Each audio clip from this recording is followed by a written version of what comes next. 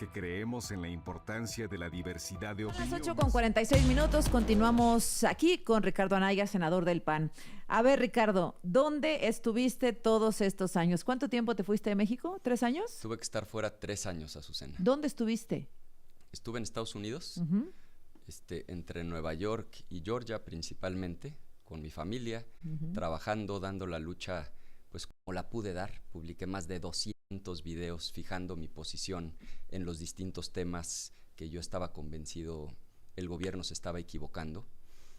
Y justamente mi experiencia de vida es lo que me hace concluir que sí necesitamos una reforma judicial, no la que están planteando, porque esa reforma no busca arreglar el problema de justicia. ¿Qué busca? En México, Controlar. tener el control, es el único objetivo. Déjame hacer un paréntesis. ¿Cómo etiquetarías esta etapa que estamos viviendo en México? No aceptan autoritarismo, tampoco dictadura, tampoco hegemonía. ¿Cómo lo etiquetas tú? Para que una democracia funcione, por regla general, tiene que haber contrapesos. O sea, no existe una democracia en el mundo sin contrapesos. Si se acaban los contrapesos, lo que tienes técnicamente es un régimen autoritario. Porque quien tiene la autoridad lo puede decidir todo sin contrapeso alguno. Hoy el único contrapeso que queda es el Senado de la República, pero con una fragilidad de un voto o una ausencia, como lo platicábamos. Absolutamente. Bueno, déjame cerrar ese paréntesis. Entonces, 3 años tuviste que irte del país porque recordemos que te señalaron de varias cosas, pero... Básicamente era una acusación absurda que involucraba un montonal de gente. La de Emilio Lozoya. Exacto. Y el que tema en mi de caso, Odebrecht. exacto, que al final, afortunadamente, la acusación se cayó por su propio peso, porque las fechas no tenían ningún sentido. Yo ni siquiera era diputado en esas fechas. Revisaron todos los videos y bitácoras de la Cámara, y no solo no era diputado, yo no estuve ese día en la Cámara de Diputados. Es decir... ¿Te acuerdas que publicaron incluso un video tuyo cuando fuiste a pedir que te mostraran un expediente? Exacto. Es decir, con el tiempo, la acusación cayó por su propio peso. A ver, como Pero contexto, si en ese se le momento señalaba porque Emilio Lozoya mencionaba, entre algunos otros funcionarios, a Ricardo Anaya como uno de los diputados entonces que había recibido un dinero, ¿no? que había para recibido una dinero votación. para votar a favor de la reforma entonces, energética de Peña Nieto. Y entonces cuando yo veo la fecha en la que dicen que me dieron los recursos, pues busco en mi calendario y me doy cuenta que yo ni siquiera era diputado. Llevaba 6 meses de haber dejado el Congreso porque me fui, ¿te acuerdas?, de secretario general del PAN cuando Gustavo Madero era el presidente del partido. Pero no fue la única inconsistencia, o sea, la fecha era un disparate, las bitácoras lo contradecían, los videos lo contradecían, la puerta por la que decían que habían entrado en un vehículo resulta que era peatonal, es decir, no tenía ni pies ni cabeza.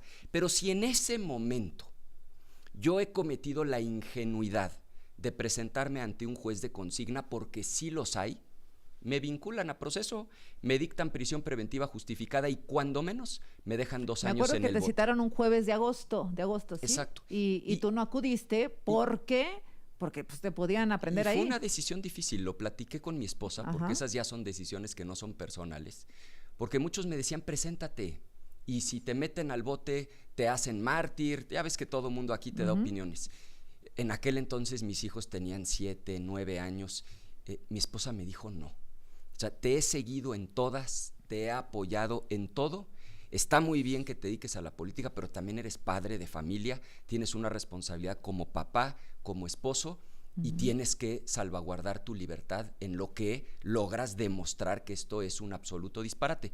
Afortunadamente, así fueron las cosas. Son ciclos, Azucena. Nunca hubo una orden de aprehensión en tu contra por parte de la Fiscalía General de la República. Yo no vine aquí ni con un amparo, nunca hubo una orden de aprehensión. Simplemente son ciclos. Mira, yo no soy ni el primero ni el último que tiene que recurrir a la figura del exilio, porque así se llama, y es extremadamente común millones de políticos se tienen que exiliar. Claro, los casos que todos conocemos son los famosos. Digo, yo no me comparo con ellos, pero Benito Juárez estuvo exiliado en Estados Unidos en tiempos de Santana. Francisco I. Madero estuvo exiliado en Estados Unidos en tiempos de Porfirio Díaz. Esos son los famosos, pero si tú hoy revisas la lista, por ejemplo, de opositores venezolanos, bueno, acabamos de hablar con Leopoldo López. Leopoldo está en exiliado. España, claro que Ajá, está exiliado, claro. porque si él ahorita en un régimen autoritario pone un pie en el país, lo meten a la cárcel. Ojalá esto algún día cambie. Eso es lo que tú quisiste evitar. No había orden de aprehensión, nunca fuiste prófugo de la justicia. Jamás. Pero temías que un juez a modo pudiera aprenderte. Que casualmente ese juez de consigna ya lo ascendieron a magistrado de colegiado y era justo al que le mandaban los asuntos donde el gobierno tenía interés. Mira, en política el pecado mortal es la ingenuidad. Tienes que entender cómo funcionan las cosas. Era mi responsabilidad también ver por mi familia y creo que hice lo correcto, simplemente dar tiempo a que las cosas cayeran por su propio peso, pero sí debo decirte dos cosas. Una, yo vengo sin ánimo de venganza y sin rencores, porque sin querer me dieron 3 regalos maravillosos. El primero, el tiempo de calidad que yo pude pasar con mis hijos, que quizá yo no habría tenido la sabiduría para darme ese espacio.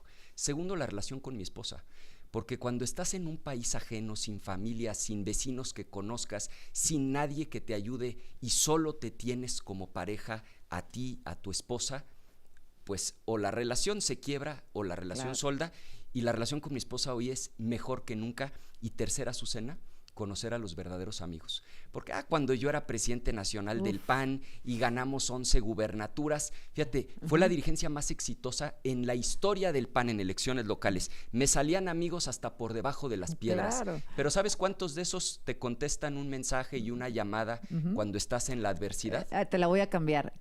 Dame 3 nombres. ¿Quiénes descubriste que no eran tus amigos de verdad? No, mira, bueno, te voy a decir por qué no lo quiero personalizar, porque el rencor, el resentimiento envenena el alma. Es para ver pues, de te voy a dónde decir viene, que ¿no? te lo voy a poner en positivo. Le agradezco a la vida que a mis 45 años tengo joven. clarísimo quiénes son mis amigos y quiénes eran los amigos del puesto, de la responsabilidad y del poder. Yo hoy sí sé, si el día de mañana caigo en desgracia, quiénes son los amigos que me van a dar la mano, y también sé quiénes son los que cuando yo esté en condiciones de poder y cuando me esté yendo bien van a estar cerca, pero en el momento en el que venga la adversidad se van a ir. Entonces, esos 3 regalos Bien. Que me dio la vida me hacen regresar feliz, sin rencores, sin ánimo de venganza, con ganas de construir y también con valor, con determinación para oponerme a lo que esté convencido afecta al país, como es el caso de la reforma judicial.